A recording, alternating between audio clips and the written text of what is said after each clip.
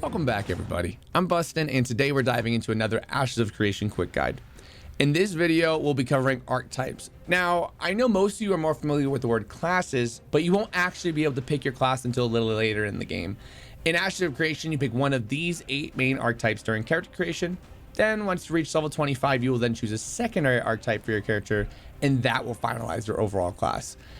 As you can see, there are 64 playable classes, which is badass because we're just going to have a ton of customization, and Intrepid has already stated that they're planning on keeping a vast majority of these classes very balanced and in most ways viable. Now, remember, your primary archetype is permanent, and the only way to play a new primary archetype would be by creating a new character. Now, you will have options in game to change your secondary archetype, but keep in mind your main archetype will determine mostly if you're going to fall into the traditional trinity of tank, DPS, or healer/support. Also, there won't be any fast swap outs of your secondary archetype. Changing your secondary will be like a pretty big deal and will possibly require you to relevel your secondary archetype, or maybe even a particular quest just to get it reset. So let's talk about how you get abilities. As you level, you gain skill points. These skill points can then be used to unlock new abilities in your skill tree or upgrade abilities that you already own. I just think this idea is awesome because it just allows players to have a ton of extra options, and if you want to have a wide range of abilities or versatility, you can, or you can just be very good at a few specific things.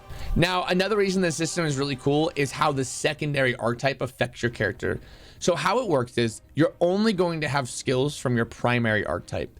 If you pick fighter, you're only going to have fighter abilities, but your second archetype augments your primary abilities. The classic example that we've been given is that fighters have a rush ability. They run in and knock down opponents. Now this attack will be very choreographed and easily dodged or blocked in a ton of different ways. But if the fighter, let's say, had a mage secondary, he then could augment that rush attack into, like, let's say, a teleport with the same function. So it keeps the core aspect of the ability the same, but also completely reshapes it by the secondary archetype that you do choose. Also, weapons and armors are not class locked, but some classes will be more proficient with a certain weapon or armor, such as like a tank with a shield. Also, some skills may require certain weapons to perform, such as a bow for a ranger type ability. Next, professions do not affect your class skills, which I love because I hate the idea of having to be a certain crafter or a blacksmith for like a particular bonus. It's just unfun, and now you can just be whatever profession you want with no punishment to your stats in any way. Now, in my last video on races, I mentioned how your character's race seeds a player-based stat, but your primary archetype is what will determine which stats are going to grow as you level. The secondary archetype does not have any contribution to any stat growth at all.